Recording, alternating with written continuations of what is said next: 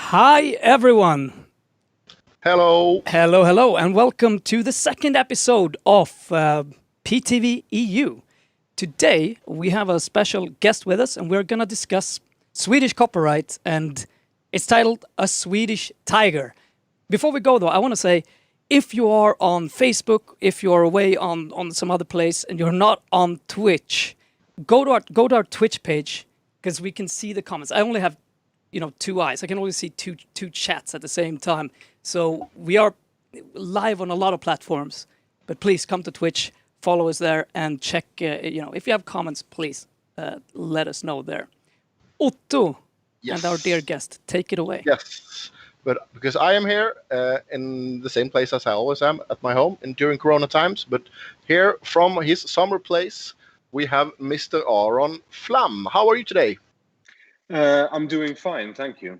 Yes. And you? Yeah, I'm always good. It's easy to be unemployed in Sweden. At least so far. So I've heard. As a comedian, there's a lot of work too. There's a lot of things to make fun of right now. Yes, too many. Yeah. I hardly have time actually Yeah. to construct jokes about all of them.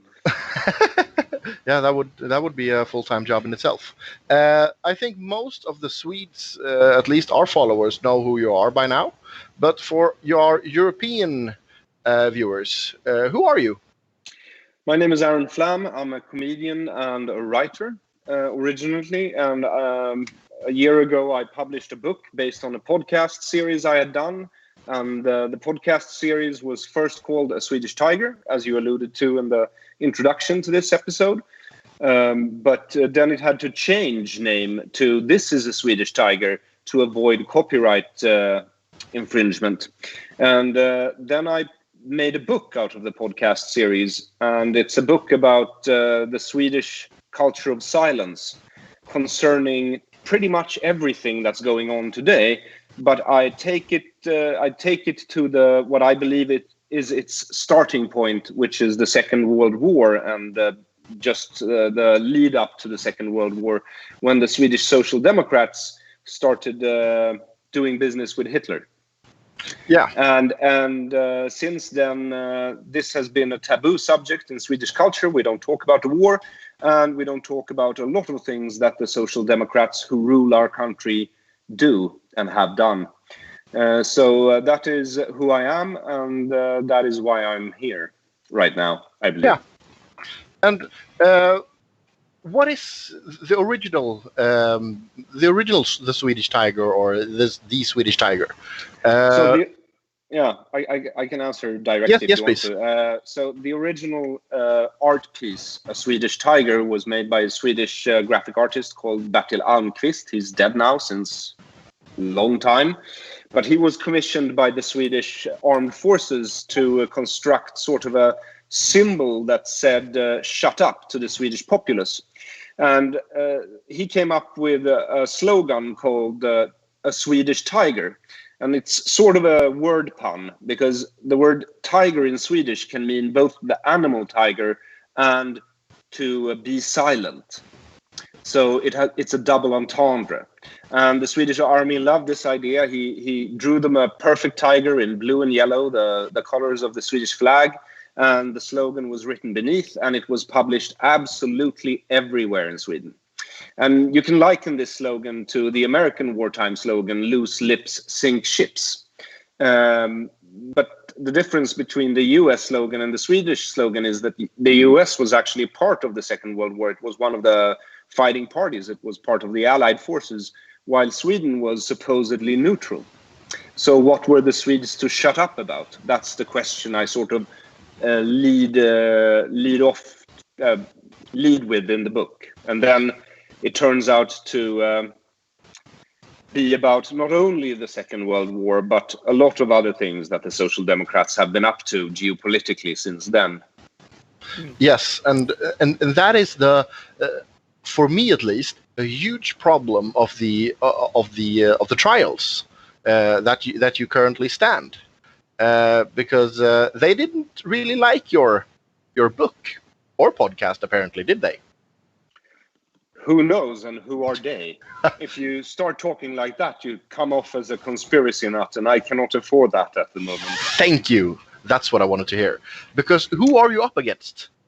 I'm up against the Swedish government or state. I'm up against the Swedish state. It's me against... The parts in this case are me on one side, little old me, and on the other side is the state task force against international and organized crime. So I'm a suspected internationally organized criminal, I suppose. Yes, and what is it they claim that you have done? Is it a pure copyright infringement that they claim that you have made money on their artwork, or what is their claims? The claim is that I have committed serious copyright infringement, or however you say that in English, but they're not entirely clear on what, because they say it's copyright infringement, but I've clearly changed the tiger. I put a swastika, an armband with a swastika on the left front paw of the tiger, and his right paw is raised in a Hitler salute. And he's blinking on one eye and smiling a bit more on one of the sides of his mouth. And he also has a shadow. It's a different background. It's a different title. It's not really the same yellow or the same blue, nor the same black in the lines that form the image of the tiger. So it's clearly not the same tiger. It's a satire of a tiger, and that is also my defense. Yeah. Kringland, could you bring up the different pictures maybe? Would that be really hard for you? No, I've already linked the original, at least in the chat. So you can just click that and check it out yourself. Yeah. Did you link to Aron's piece as well? No, I will actually try to find the book. Hopefully we won't be taken down. But if we get taken down the whole stream right now, then you know what's going on. Don't press the disconnect button, Kringland. I know you want to. Are in place already. Yeah, actually, you can just go to aronflam.com and you'll find it on the merchandise. Yeah. You're a model, man. Who are you talking to at the moment? You, of course. I'm looking at your merch store. Damn, you got some good pictures. Oh, thank you. Thank you. Well, I do try my best. And since I'm a stand-up comedian, I do need some decent press photos, I suppose. Yeah. So at first I was being sued by the state for 500,000 crowns, but I just found out like 10 minutes ago that they've upped the ante. So now it's 1.5 million crowns and 100,000 crown fine. That's about 10,000 euros every time I use the tiger. Now, this was all it was about until last Friday, because then I published another picture of another tiger, which is really a satire of my first tiger, which is a satire of Bertil Almqvist's, the original tiger. So it's a meta-satire. But that also makes me into a repeated offender, which probably makes me risk jail between 2 to 6 years. What the actual F? Wow. I mean, how do they? I mean, do you have any Do you have any lawyers at the moment? Are they saying something? Sure, I have a public defender. Yeah. Because it just seems so unrealistic that this could actually become anything else than just a case, because it's so clearly satire. Yeah, yes. And I can't even imagine. But you see, the police have assured me that this is only about the cover of the book and not the content of the book. They claim it's only the copyright infringement, this pretty much school book example of a satire, that is the problem, not the content. Yeah. But they were very clear about that. Yeah. The Swedish copyright law, it doesn't really have exclusions for satire, though, has it? No, we have what you might call judicial norms. Yeah. That sort of claim that there is an exception for parody, satire, or travesty. But the thing is that if you don't write them down, these so-called norms, they can become very arbitrary and be used or not used whenever a prosecutor feel like it, which has obviously happened in this case. Yeah.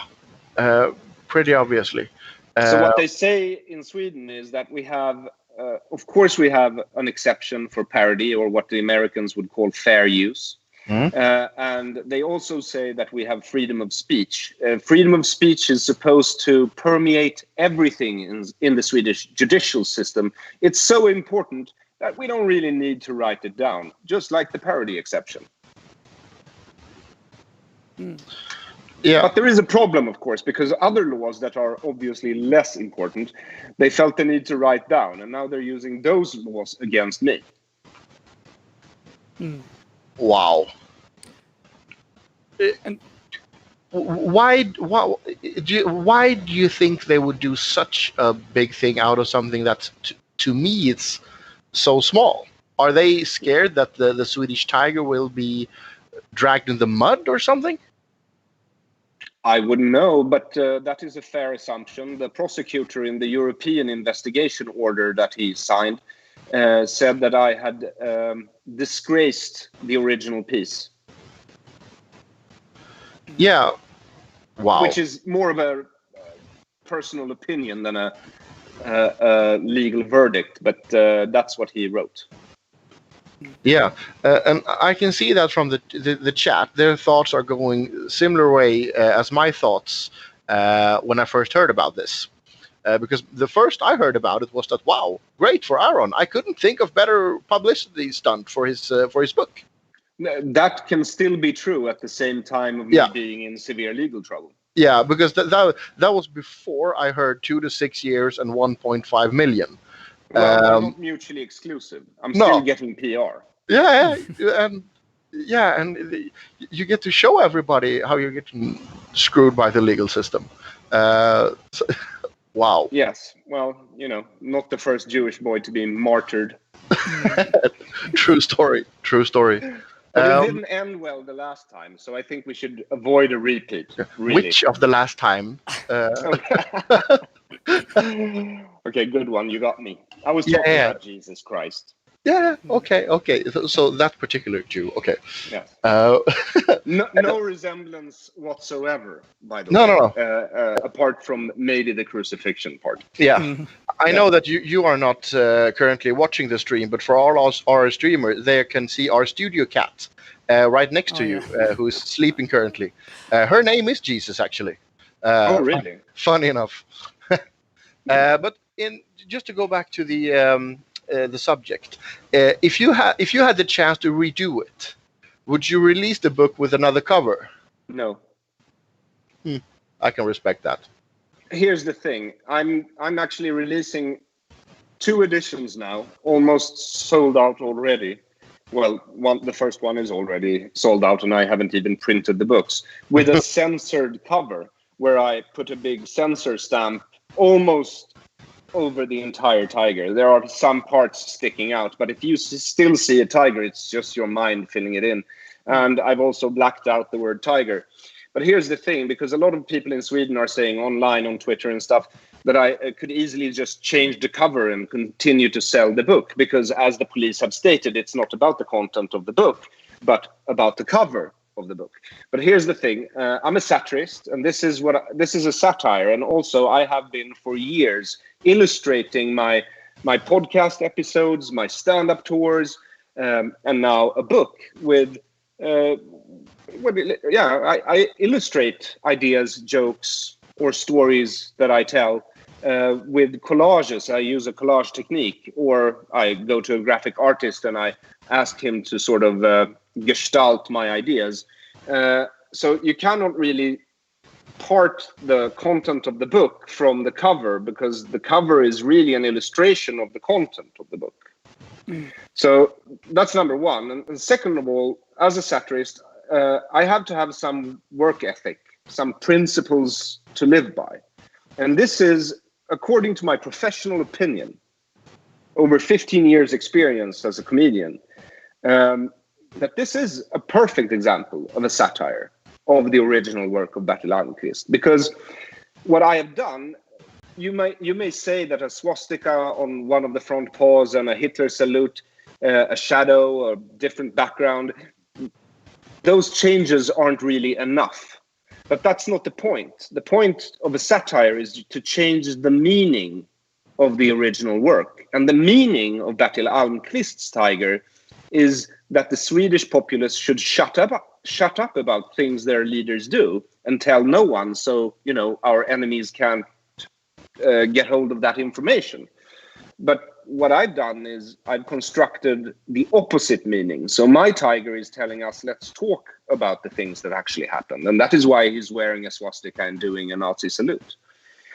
So if your definition of freedom of speech or satire is so narrow that you have to take this to court to try and see if this is a satire or not, because you can clearly tell just by looking at it that it's not an exact reproduction of the original work, right? So if you have to take this to court to try if this actually is satire, then your definition of free speech and satire is way, way too narrow. I completely agree with you. And if you don't have an exception for parody on satire, then you don't really have freedom of speech. And if you don't really have freedom of speech, then you don't really have a democracy. And Sweden has told itself, everyone who would want to listen, and all its citizens for years now, as long as I can remember, that it is a democracy. More than so, it's a moral superpower. So if that is the case, you might have to draw your own conclusions, but there you have it. No, because the thing is that the freedom of speech argument is a bit watered down due to the so-called right of the alt-right movement. It's a lot of people don't know what free speech really is, and the thing that I'm really confused about in this part is how can somebody not claim that this is free speech, because I can't see who are we angering with this picture? Who takes offense with the swastika on the Swedish tiger making a Nazi salute? I can't get it. Well, the Military Readiness Museum, for one, are obviously taking offense since they have reported me to the police. Public Swedish senior prosecutor has obviously seen fit to agree with the Military Readiness Museum that this is a desecration of the Swedish work.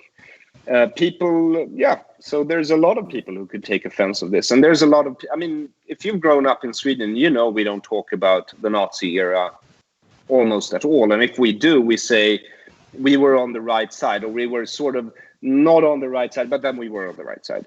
And we absolutely didn't help Hitler. And if we helped Hitler, it was only because we were afraid of being invaded. But none of this is actually true. Swedish Social Democrats started working with Hitler in 1933 when he was elected to power.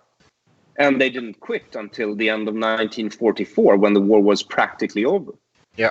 So that is what I've written in the book. And I've also talked a bit about later Social Democrats, how they have, connected with former allies of the Nazis and rekindled the relationship and started funding them, among them the Muslim Brotherhood and what was known as the Palestinian Liberation Organization.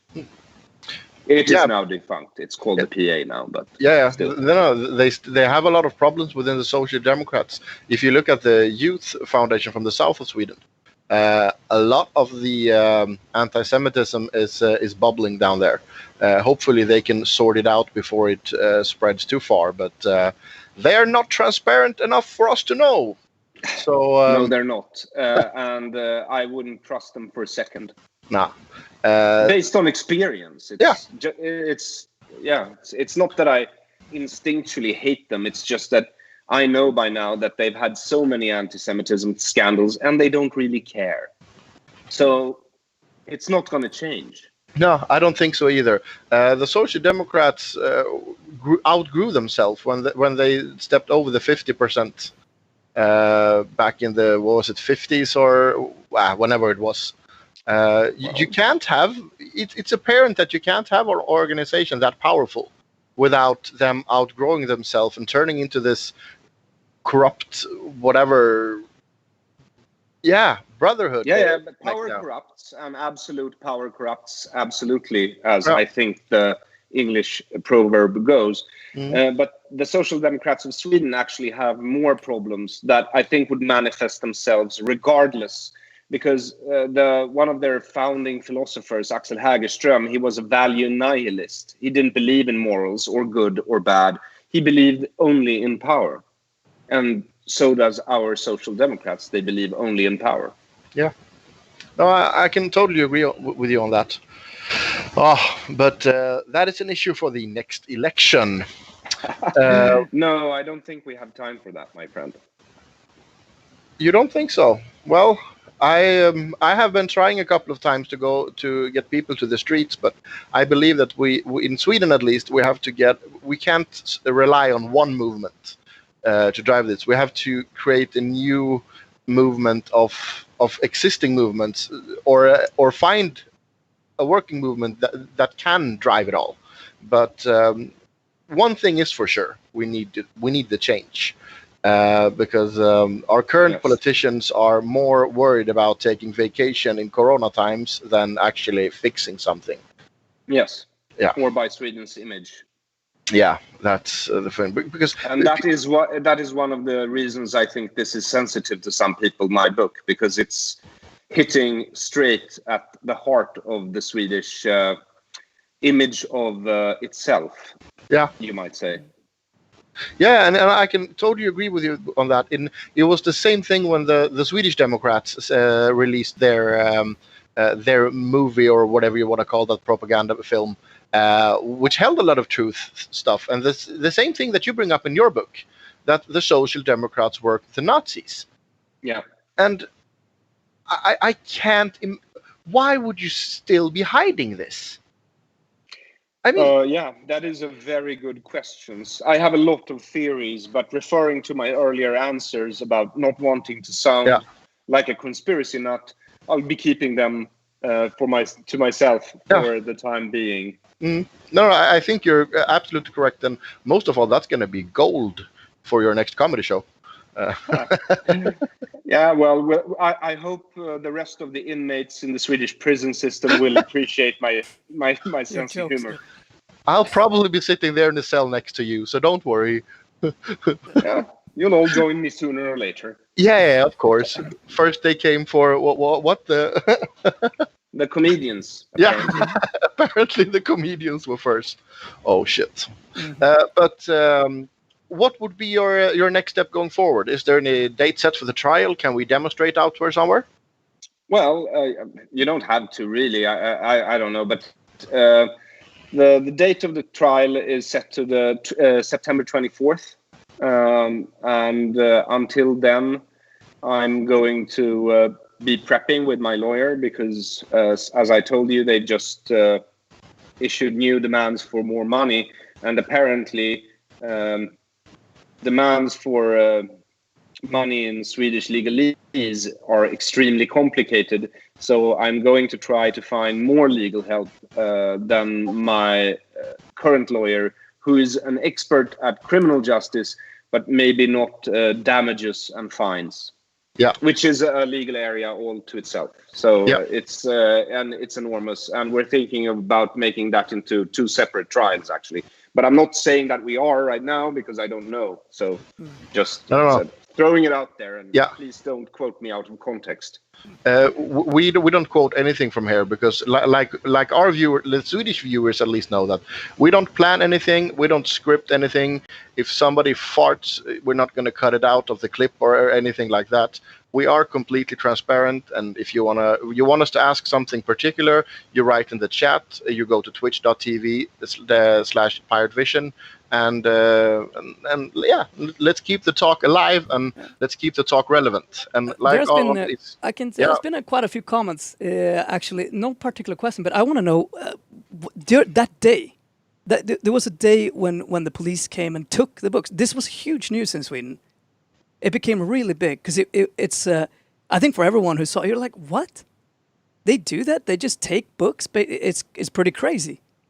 I've never seen. Like, how was that day for you? What happened? Well, I was sitting in the toilet as per usual in the mornings, and I got a text message from the office space I rent, And they said 4 police officers are here, and they want to confiscate all your books.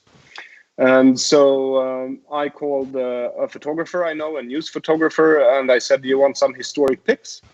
And he said, sure. And then he went off to film them. And actually, after that, it took him like a week to get them on TV. So, and he owns the rights to those pictures. So I can't share them with you, but you can see them on TV4 or whatever. Yeah,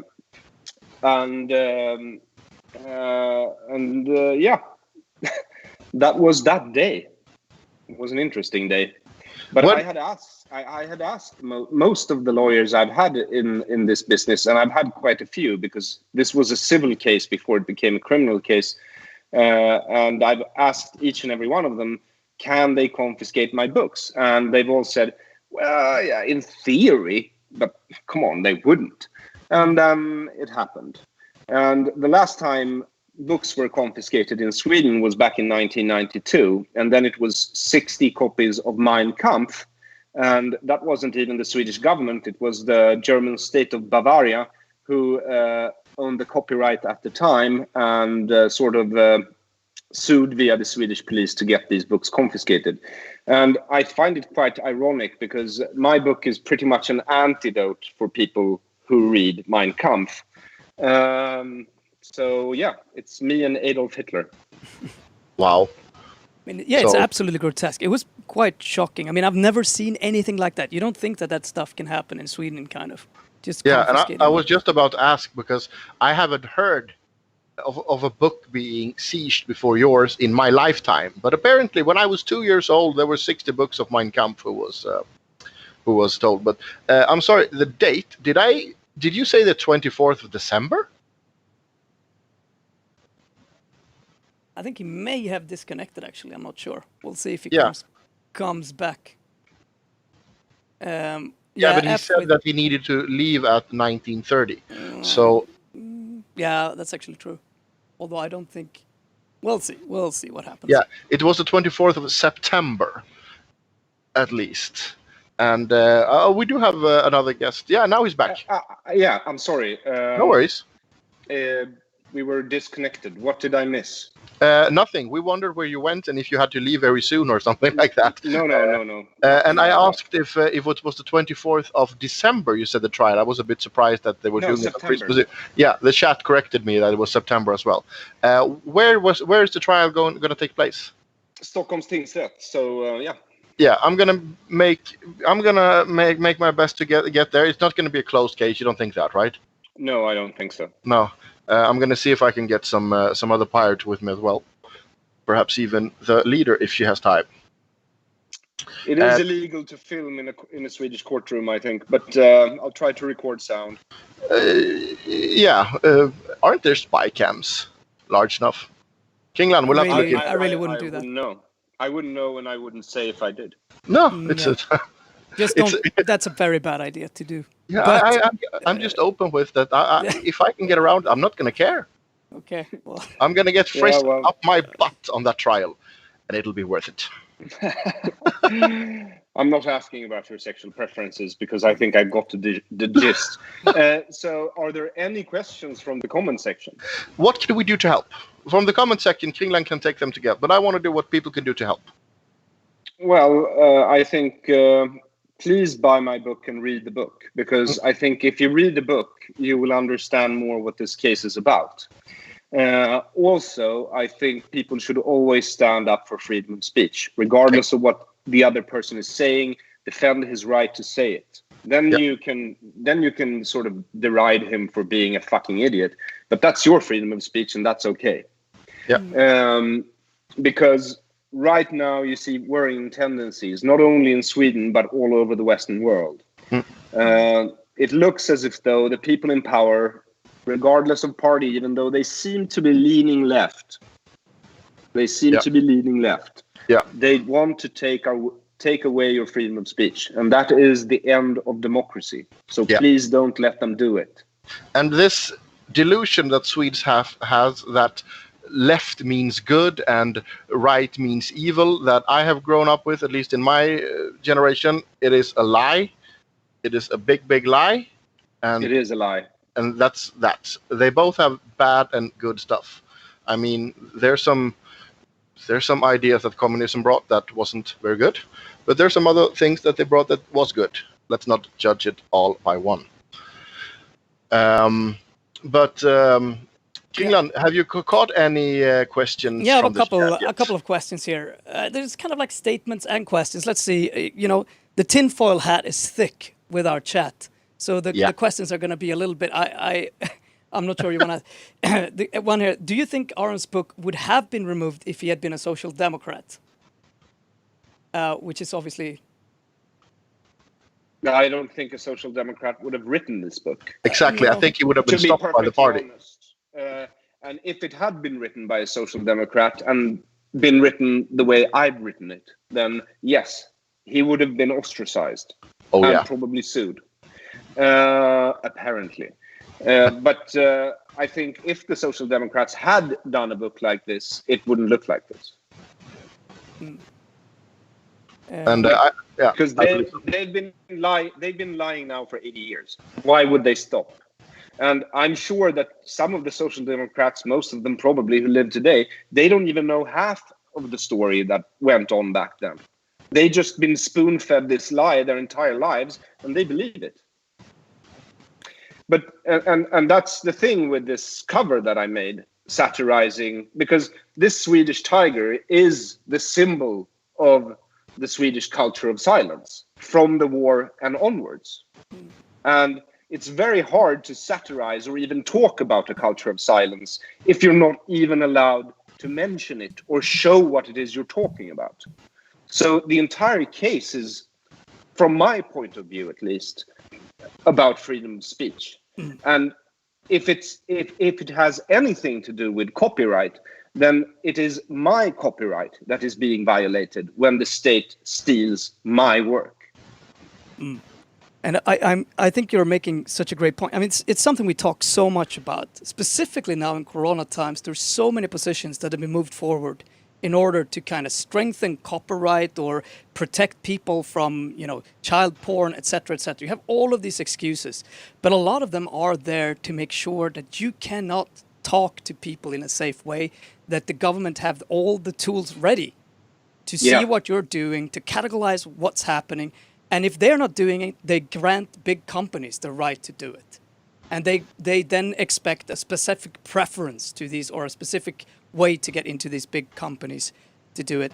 And it's so problematic, and it's absolutely ridiculous. And I think most Swedish people can feel that. How come satire in this way isn't protected free speech? It's completely crazy. Yes, it is. I'm sorry, I can't really say anything more than that. I think you put it quite well. And if they try to take this away from us, we have to act. Yeah, most def. So, So I'm going to dinner now, gentlemen. Was there anything else? Yes, you almost made a quote. I'm going to see if you know who said it. A little history test for Aron. I don't agree with you on your opinion, but I would die for your right to express it. Who said it? It has been ascribed to Voltaire, but apparently he stole it or was given credit for it when it really belonged to a woman. Yes, Evelyn Beatrice Hall wrote it when she interpreted Voltaire, that he would probably have said something like this. That means we need to confiscate all of his books immediately. Yes. Police! So Aron passed the test. We have one last question if you have the time. What was your preferable choice of beverage when you wrote your book? Tea. I drank a shitload of peppermint tea with lemon and honey in it. Maybe that's the secret to get it done. Our chat represents the people. They wonder weird things sometimes. Maybe they want to finish a book. I wish I had something stronger or cooler to drink, but unfortunately it was peppermint tea. Well, thanks a lot for showing up in this second episode of PTVEU. Hopefully we'll talk more with you in the future in both English and Swedish. And we wish you best of luck getting to the dinner table without getting sued. Yep. Thank you. Yeah. It's been a pleasure, and I'll do my best. Yeah, and we'll keep in touch. Take care. Bye. The same. Bye. Super. So, Otto.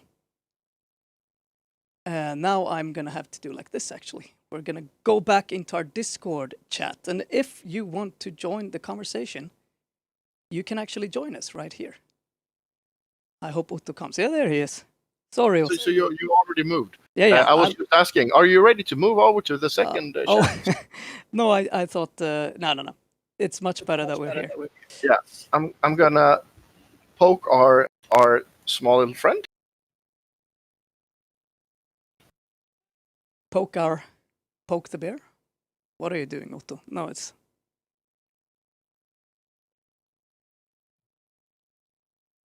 Mm-hmm.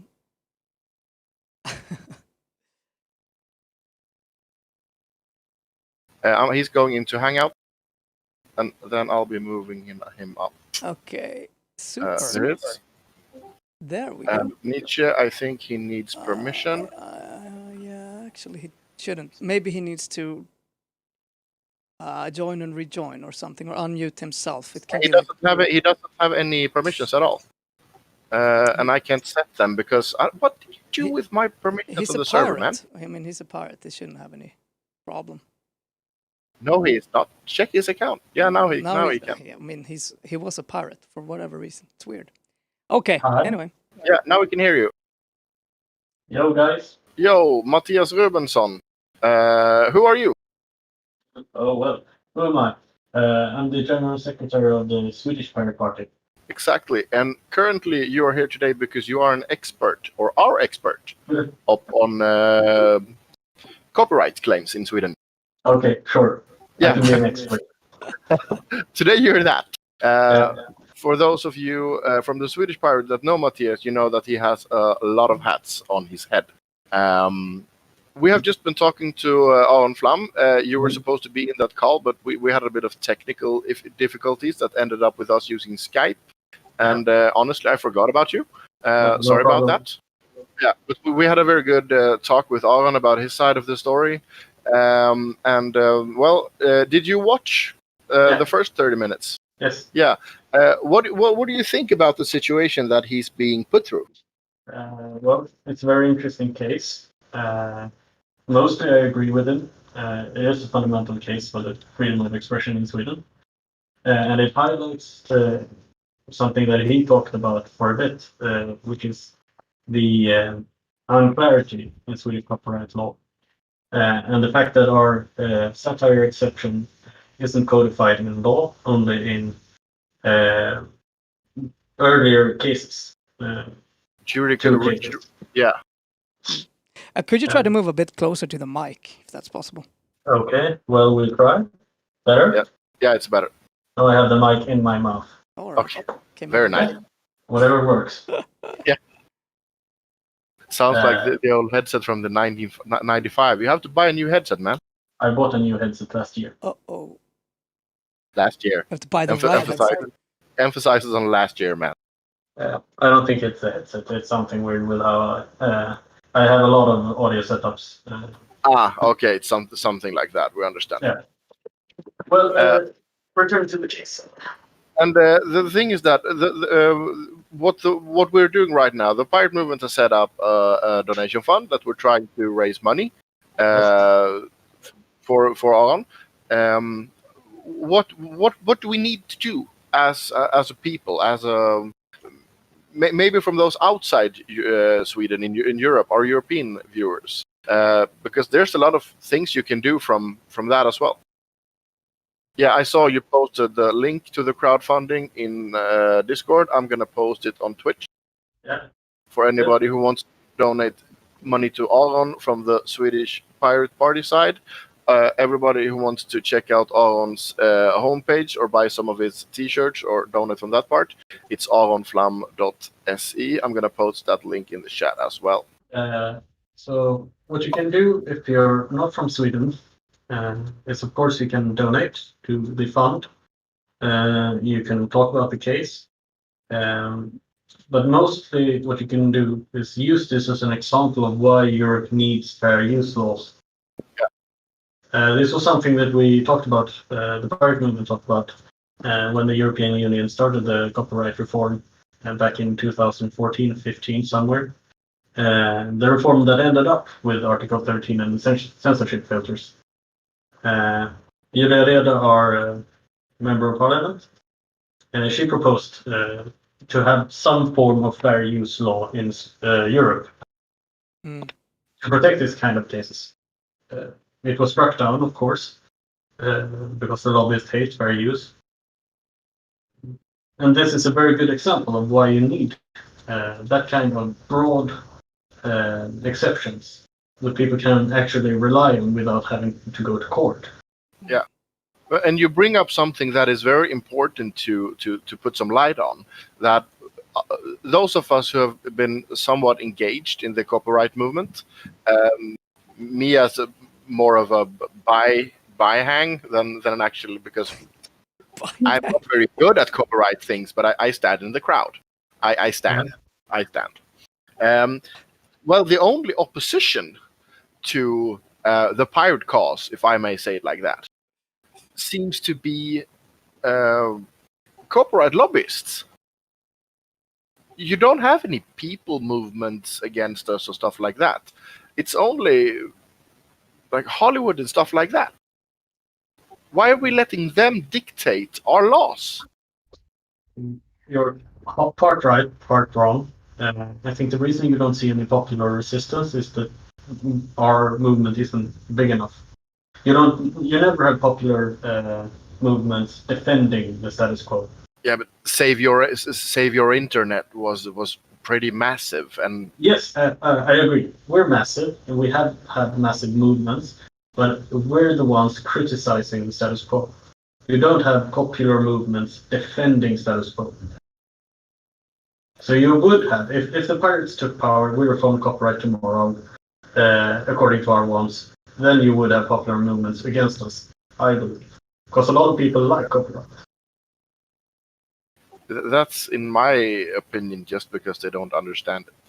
Everybody likes the law as long as the law is not applied to you.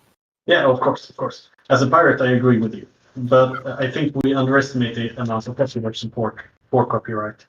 If we say that there is no popular support.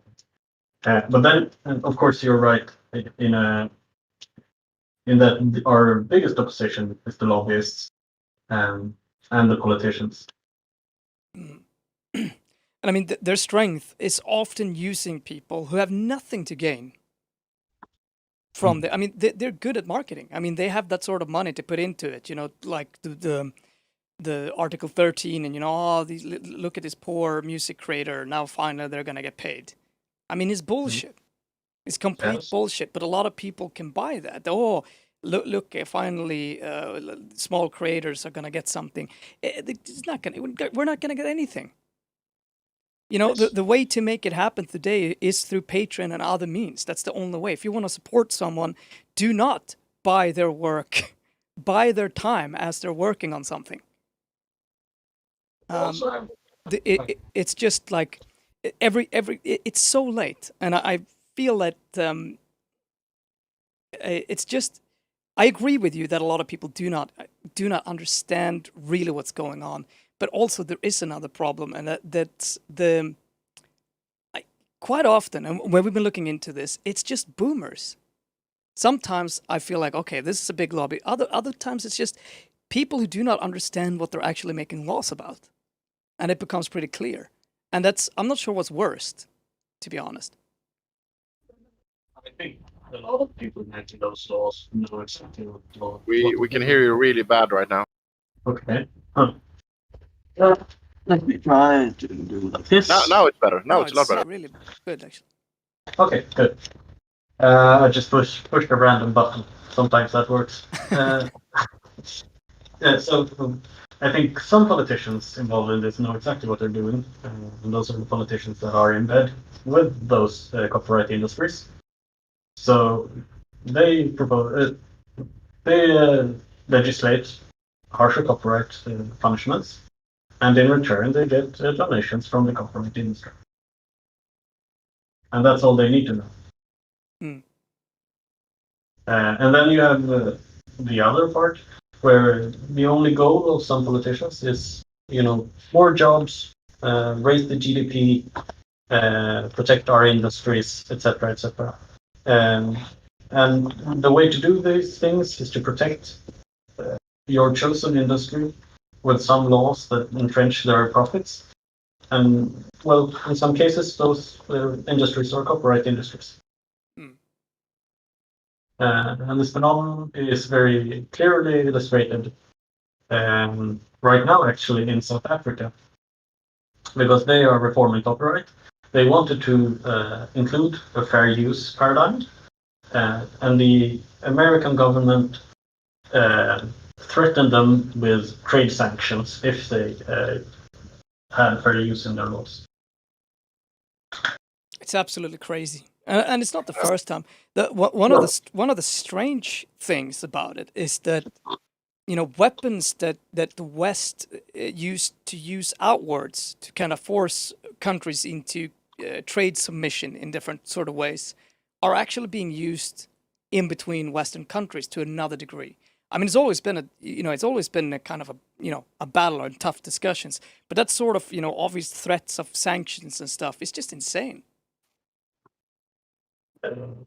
I thought of something regarding Aron's case. You talked about the taking of books and how it's not happened before, and that's special. 1992 was the last time it happened. Yeah. We have had copyright cases where not books have been taken, but servers. And I'm thinking about the Pirate Bay, where the police seized the servers both in 2005, in an investigation that actually led to their conviction, but also in 2015. I think it was 2015, maybe 2014. They seized a lot of servers that they said belonged to the Pirate Bay. It was never proved, and the investigation was closed, I think 4 years later or something, because they couldn't gather enough proof to convict anyone. But the servers were kept. Yes. So it's not exceptional to take the books. It's just that we have the digital analog that doesn't feel as totalitarian. Are those the servers currently being stored somewhere in Sweden? I think the police sold them. I think that's what they do with the material that they won't return but can't use in an investigation. I think they sell them. They sell? I thought they were being destroyed. Maybe. I'm not sure. I think that's the American way to sell it. I don't think Swedish police does that, but I'm actually not sure. I mean, it's just such an incredible case. I mean, it really is. It is on so many different levels.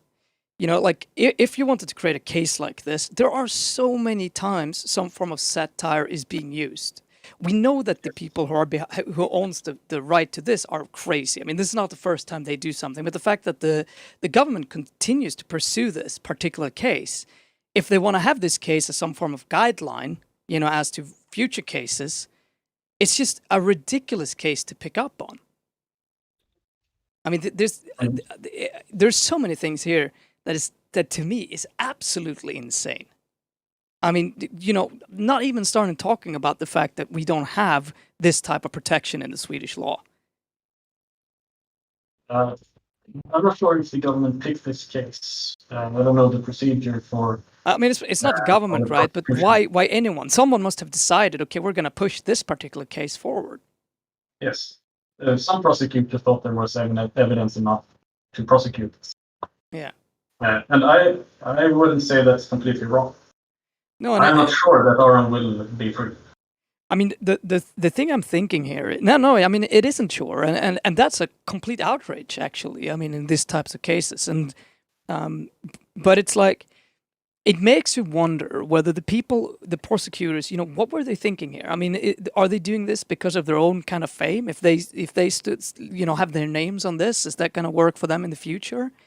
You know, why push this particular case? It's just that everyone must have known that this would explode in the media. You know? Yeah, well, I would just think it is simple. The rights holders came to prosecution with enough evidence, and they decided, well, we should prosecute this. It looks like a competent case. I don't think there was any pressure on the prosecutors. Well, I don't know. No. We don't have anything to indicate that. No, it's not like the case with Pirat-TV. Yeah.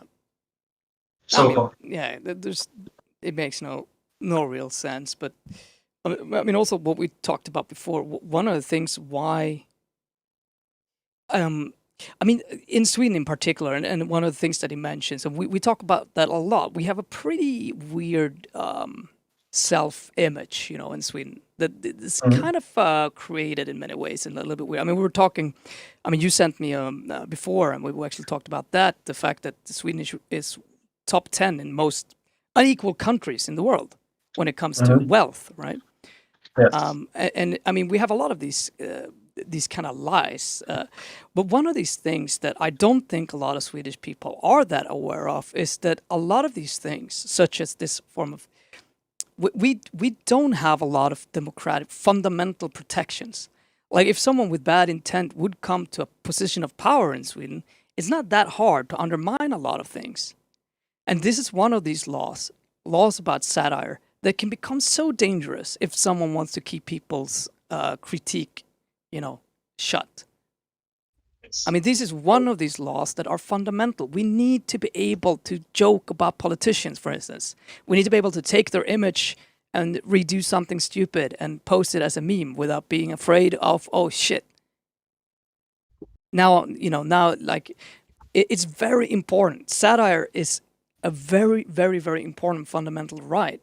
And the fact that we don't have that type of law is very problematic. And it's not the only one. We have a lot of these holes. Yes. And if we want to get into a complicated discussion on that matter, I would say it is because we have a very strong democratic tradition in Sweden, as opposed to a liberal or juridical tradition. So we had protection from, how do you say this? Our politics was formed through the democratic process, and not through the courts.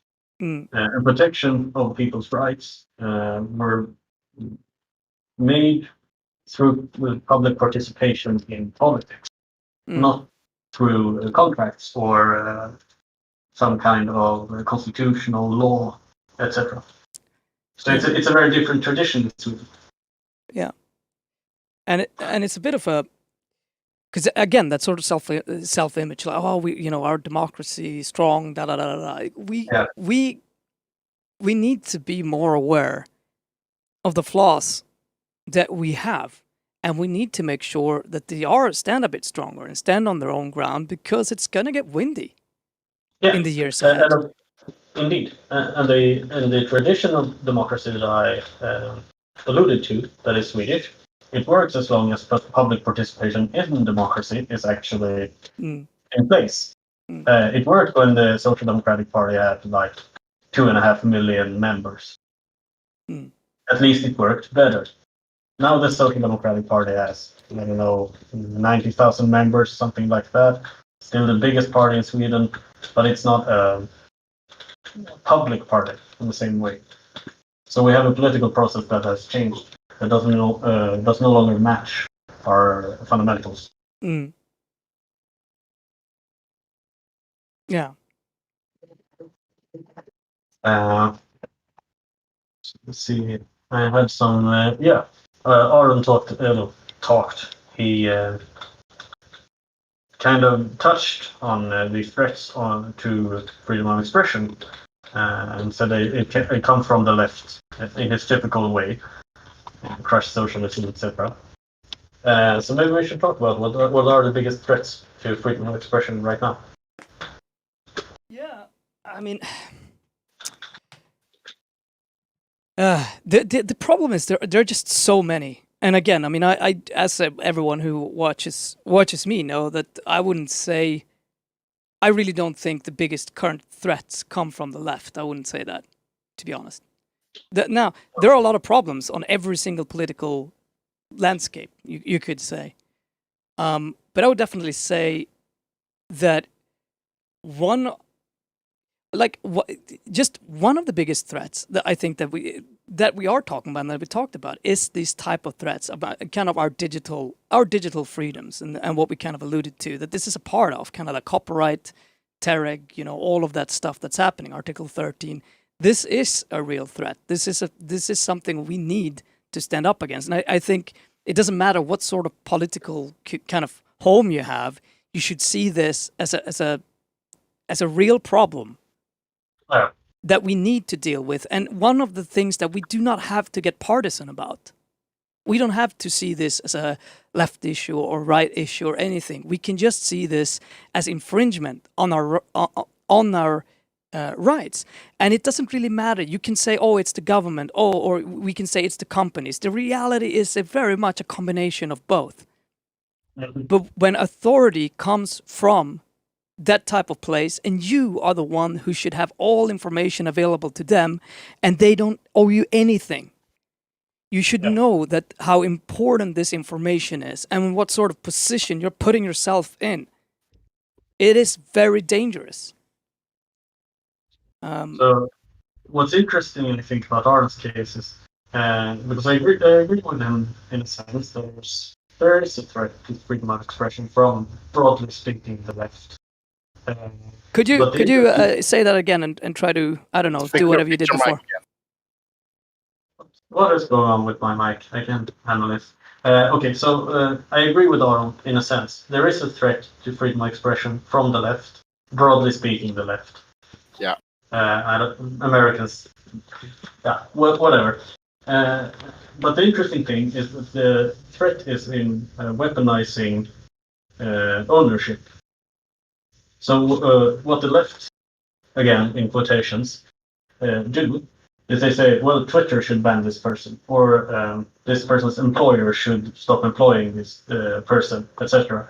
So they go to the right of free ownership of the owner of someone to do whatever they want with what they own, and appeal to that, which is a libertarian argument at heart. While the right side, when they attack freedom of speech, go a lot more the other route. We say the government should legislate against whatever it is, child porn or terrorist propaganda or something. So we have a kind of inversion of what we would expect from the left and right. And what that reveals, I think, is that you're right. It's not a partisan issue in the sense we usually think of partisanship. No. And it's wrong to say that it's a threat from the left or the right, whatever. No, but I mean, it's a really interesting thing you're saying there. It comes down to the methods that are actually being used. Where, you know, I mean, it's been kind of shocking, really. I mean, we've been looking at, we were looking actually at Tim Pool, I think 2 days ago, who says we should nationalize Twitter and kind of go to war with China, you know? And he's right. I mean, yeah, it's just watching some of these channels right now from the right is kind of crazy. Like, you're like, whoa, dude, I don't know, that just doesn't sound very, libertarian at all, or, freedom for, and absolutely. And the thing is here, because it kind of comes down to this whole discussion about cancel culture, which is such a tired, I mean, in many ways, I find it such a tired discussion, right? Yeah. But I mean, it is just a fact that a lot of employers, to either way, because some of them stand, specifically in USA, they take a pretty clear stance for Trump, and some of them really do not, and say, hey, this and this and this and that, it's just it's really weird to see. And the question is, how do you can't really tell anyone, don't tell the employer to do X and Y and Z, right? I mean, how do you combat that sort of thing? Yeah. So I think the solution is, as always, to disperse power. So banning people from Facebook today is a problem. Usually you're not just banned from Facebook, you end up like Alex Jones, you're banned from everything except possibly Twitter. And that is because we have a small amount of platforms concentrated in a really small ownership that is personally controlled by people close to the American government. We should disperse that power, so it doesn't matter if someone who owns Twitter X version really doesn't want Trump people. It's okay. Boot them off Twitter X and go to Twitter Y. And in the case with employers, it's a tougher case because a lot of people actually really depend on their employment, especially true in the US, where health insurance is tied to employment. What I think, their basic income is part of a solution where people have a safer ground to stand on and actually a possibility to be engaged in politics. I would also say that I'm pretty sure it's illegal in Sweden to fire someone because of their politics. Perhaps it's legal in the US. I would say it should be illegal. Personally, I don't think right of ownership should extend to being able to fire people for whatever reason. But I think basic income is part of the solution, and definitely the decentralization of our communications infrastructure is part of the solution to the modern phenomenon of cancel culture. No, we really shouldn't nationalize Twitter. It feels it's just such a crazy thing to hear. You know, people who like myself kind of think from this from a traditional, you know, kind of I would say leftist perspective. You know, I'm like shocked. I'm like, what? I wouldn't even think of that. That's crazy. What are you talking about? I mean, the problem here is that you have a company who's way too big and influential, and who has way too much of critical infrastructure. You know, in one single place. And Facebook, you know, we essentially have three companies, you know, who has so much of our digital infrastructure and who we, through our laws, are making completely untouchable. Instead of making sure that we could actually do something about this and making sure that other platforms could rise and enabling platforms to actually, if they want to, enforce some rules, you know, on their play. Because, I mean, I'd say you got to do that, you know, and you are making it almost impossible through the laws that we have now passed, you know, a lot of them in the EU, for new companies to start and to actually get to a level where they can offer a similar service. Well, in good examples, but also we've made it through old laws almost impossible to compete. And I'm thinking most about copyright and the DRM protection. So you can't reverse engineer DRM, that's illegal, and you can't circumvent DRM, that's also illegal, which means that I can't interoperate with Facebook. Very important case is Facebook versus Power Ventures back in 2008, I think. And the history is that Facebook used to interoperate with MySpace. So Facebook made a plugin so you could go to Facebook and write to people that were still on MySpace. Yeah. So and then Power Ventures is a company that tried to integrate several chat services into one front end, and they were sued by Facebook for circumventing their DRM, and Facebook won. So it's illegal to interoperate because of copyright, which is so that is the most important thing to reform of all, I would say. And then we have to scrap the Article 13, etc. too. That is, of course, important. But we have to lower the floor on the possibility to actually compete with dominating platforms. Yeah, and there are just certain parts of the infrastructure that should just be forced to be open source in a way. And I mean, thinking about this in a lot of ways is, you know, obviously perhaps beyond the scope of today's show, but there is a lot of great ideas about this. But right now we are, for all accounts, moving in the very wrong direction. If we want to keep you know, an open internet, you know, all of the latest stuff that has happened about this is just you know, it's kind of crazy. It's really crazy to follow, and like what you point out is so important. It's like everyone has taken a completely opposite position, and everyone is just kind of screaming. And there's way too few people that take a step back. You know, see what's going on. What are people talking about? How is the infrastructure allowing this? What's the problem with the system? I mean, how do we fix this? What is the issues that are making this happen? And I find that to be kind of funny, you know, like we need to stop for a while and look at how our digital infrastructure and also sometimes our democratic infrastructure, copyright laws, and a much wider spectrum of our laws in general and societies in general work at this moment, so that we can rebuild and rethink structures that work better for a society where all of our information is being bought and sold at all times? I actually think there is some movement on this within the EU. There's a lot of talk of technological sovereignty starting up. Yeah. So And now yeah, you're completely gone again, unfortunately. But, okay, better. Now it's a lot better. Yes, instantly. Is it worse here? Yeah, it's better. You just did Makes no something. sense. Must be Yeah. some cable. Probably. Yeah, whatever. There is a movement in the EU now that I think could be shaped into the right political answers. And there's a lot of talk about technological sovereignty, about digital freedom, and ensuring that we aren't relying on singular American companies that spy on us. Mm.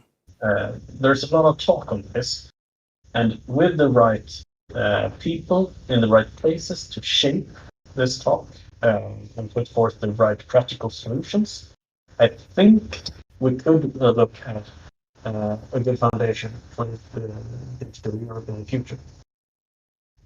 Unfortunately, I think we are too few pirates at the moment. But with more pirates in place in Europe, I think we could mold this. And we see more and more public administrations going open to free software, a good start.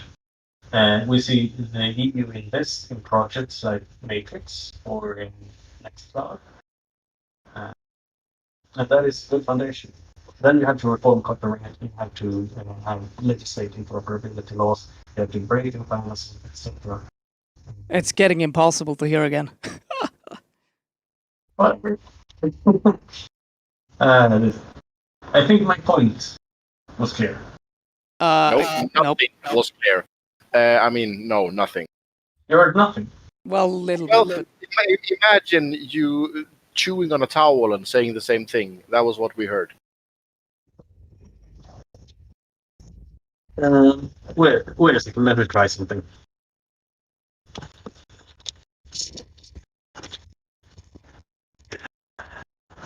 Okay. Now this is starting to sound a lot better. Why didn't you do this to start with? Talk a bit. It should have been the same earlier. Anyway, go ahead. It seems like Okay. it gets better and then it just gets worse over time. We'll see. So what I'm saying is that with the right pirates in the place. Don't instantly turn bad again. Okay. Try. I Do you have? don't know. Are you on what a I- laptop? Yes. Just Somewhere. Can Okay, you- give me a minute. It might be a problem with your microphone. no shit. I think you can actually plug it. If it's like a connection where it's a mic Yeah. and earphones, you can plug it out a little bit and keep the earphones, but let the mic of the computer. Yeah, let it be. Let me try to fix that. We did not make a new segment today, although we are hoping to in the future do the new segment. Mostly because, apparently I can't look at too many the local articles without them charging me. And I also didn't have very much time this week. We have been working a lot with this channel. This is the second episode of the PTVEU. We were supposed to send this via the European Party Facebook page. Something did not work, unfortunately, there. So as of last week, the alpha episode went very well. This beta episode, the episode went pretty well. It was a nice talk with Aron, and I have wanted to talk to him for a long time. But we did not manage the technical parts. So hopefully that will be fixed until next week. Because it looks like me and Kringland has a very early morning meeting with these guys somewhere this week. But Kringland does not know about that yet because he hasn't read the chat. In other words, we can talk about next week. Next week will be a bit more international focused than today. Next week we will be talking to Christian Engström, another Swedish pirate who was one of the co-founders of the pirate movement, actually. I think he is member number 2, according to our server system, but I'm not sure. And of course, as a pirate, I cannot confirm his membership or deny it. But he also was the first pirate in history to enter the European Parliament. And we're basically gonna talk about how everything started, and how the climate was and what they faced. Because as for one that know Christian personally, there's a lot of funny stories there, and a lot of stuff that needs to be spoken about. And I know that a lot of pirate movements currently are developing themselves, or redeveloping themselves, or reinventing themselves, and they might get some inspiration from how it all started. But the new segment today will not be done. I think I'm gonna skip it at all because I mixed up the links as well. So I'm just gonna talk through it anyway. All right. Did Rubensson was it? Yeah, you're back. It sounds better. Okay. Yeah, it sounds a lot better actually. Interesting. Whatever. Next episode sounds fun. I'll make sure to listen to it. Yeah. And after that, if everything works perfectly, we're gonna start the country presentations, because my plan is to invite one pirate from each country and let them talk about how it started in their country and where they're at and where they want to go. It's gonna be a lot of episodes, Kringland. How do you feel about this? Yeah, there should be about 60 pirate parties globally, if I'm right, if I remember correctly. Yeah, and one of them is Israel with like 5 pirates, and I still haven't found an email address to them. So, and they also used to have 2 pirate parties in the Israeli pirate party and the pirate party of Israel. Why? I don't remember the schism. I'm not surprised. Well, I don't think we'll be reaching out to the very small parties. I'm thinking of like tops 10 episodes, but if they all get in touch with me, I'm gonna give them the space to follow us. And for if there's anyone who isn't coming from the current viewer base, you are more than welcome to follow us on Twitch, our YouTube channel, and our Facebook for further notice. You can find all of them by going to Linktree PTV. I'm gonna set the chat in. Yeah, Kringland's gonna send the link in the chat. From there, if Kringland has fixed it, you should be able to find all our different web pages. Do you have any final words, Kringland? I'm starting to feel done. Or how about you? Yeah, no, I mean it's good. We've had a good discussion. It's been really interesting to hear. I was also surprised that he hasn't shared that story more. I was prepared, he had like, but clearly it's. Well, the thing is, if you look at other people that have spoken to him and the blog posts that have been written about him and stuff like that, I mean, everybody's focusing in on the anti-government part. Nobody has focused in on that stuff's wrong. I mean, the fucking law is wrong. I mean, this shouldn't be possible. I mean, seriously. I mean, it's not. Yeah. I think. I mean, most people are actually quite outraged about that. And the problem is obviously that the question is always if enough people understand that this is actually a problem or not. And we will sooner or later. I mean, and it doesn't matter what sort of, politics you subscribe to. Having it like this and enabling for authoritarian people to use these type of laws is really, really bad. And we need to have stronger checks and balances in place against this. It's just look around the world today. I mean, we're seeing, right now we're seeing huge right-wing shifts that we have to be aware of. And, there are times when we see authoritarian left as well. I mean, maybe that's not the biggest thing right now, but it can come. And regardless of what, I just want to say you can come into our Discord channel. We have a PTVEU channel which is only in English. You can obviously talk to us there. We're always on Discord, and you give us ideas, give us news, give us suggestions, feedback, whatever it may be. Always welcome from us. Yeah, otherwise than that, just follow stuff, particularly on Twitch, obviously, because sorry, rest of platforms, you kind of suck when it comes to live streaming. So yeah, I'm not gonna care about you too much. We're gonna get this cross-platforming thingy with the Pirates fixed, though. Hopefully. Well, we'll see if that works or not. I don't think it's gonna work. Probably, if it didn't work today, I'm gonna have to become an administrator of the group. And to be honest, really, it's the only way to set it up because unless they do everything right, I don't know. Like they can do so many things wrong. And if you check out the chat, I'll tell them. and I'm also going to book a meeting. So, yeah. Matthias, do you have any final word? Unmute. Yeah, you muted him because he was a keyboard warrior, I heard. Yeah, lots of Now he's back. Sorry. No worries. I have no final words, really. Just be a pirate. Yeah. Yeah. And for everybody who is wondering, Pirat-TV is not the pirate party. We are independent pirate media. Basically, we're pirate friendly and we're open about it, but we're not in any way controlled by the pirate party. Believe me, we are waiting as bloodhounds for the principal program release. So get that shit done, Matthias. Fuck off. Yeah, and to all our viewers out there, have a really nice Wednesday evening, because after this day I will fall asleep. No, I will have a nice. That was a goodbye. Yeah. Okay. So yeah. Have a great evening, everyone, and we'll see you soon again. Yeah.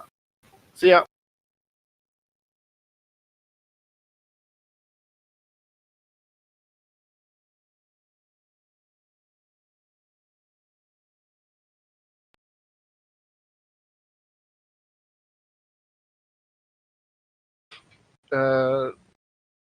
Kuken ute. Nej, stoppa in den igen, Miss Midget, är du snäll.